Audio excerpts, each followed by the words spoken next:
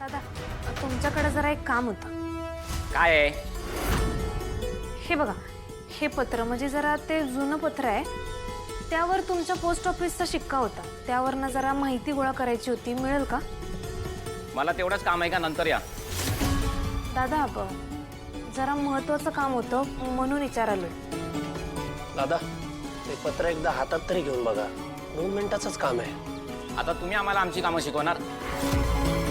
आम्हाला आमची कामं माहिती आहेत. दादा प्लीज, अहो खरंच सांगालोय, लय महत्वाचं काम आहे. एकदा म्हटलं ना नंतर या. निघा आता. ए काय चाललंय?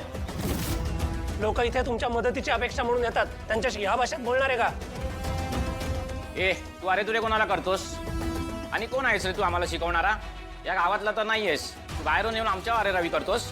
काय रे, आमच्या गावात येऊन आम्हाला दादागिरी दाखवतोस होय? दादागिरी नाही करते, सांगतोय. भाषा चुकतीये. सरकारी कर्मचारी आहात ना, मग आलेल्या लोकांशी सभ्यतेत बोलायचं ही जबाबदारी आहे तुमची. मदत करायची नाही तर करू नका, पण अपमान करायचा हक्क नाही दिलाय तुम्हाला कोणी. अरे मी काय बोललो? काय बोललाय ते तुला माहिती आहे नीट. काय नीट बोलायचं? तुम्हाला शिकवायला जाऊ नकोस का? एक minute Rishi sir, please please शांत व्हा तुम्ही. आपण इथं भांडण करायला आलेलो नाही. आपल्याला आपल्या प्रश्नाचं उत्तर हुडकायचंय की नाही. मग प्लीज. मग कसा बोलतोय तो तुझ्याशी? हे खपून घेणार नाही मी. ए हिरो, दादा दादा दादा प्लीज, मी पाया पडतो, मला माफ करा. गैरसमज करून घेऊ नका उगा. हे बघा, आमचं खरंच लय महत्वाचं काम आहे आणि आम्ही लय लांबनं आलो.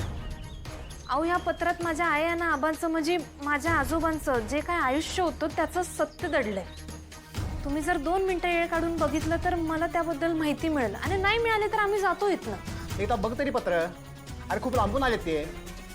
द्या बघू.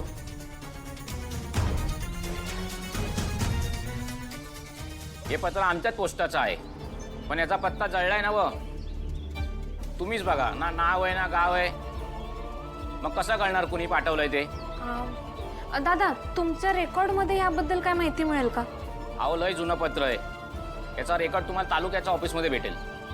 ठीक आहे, थँक्यू.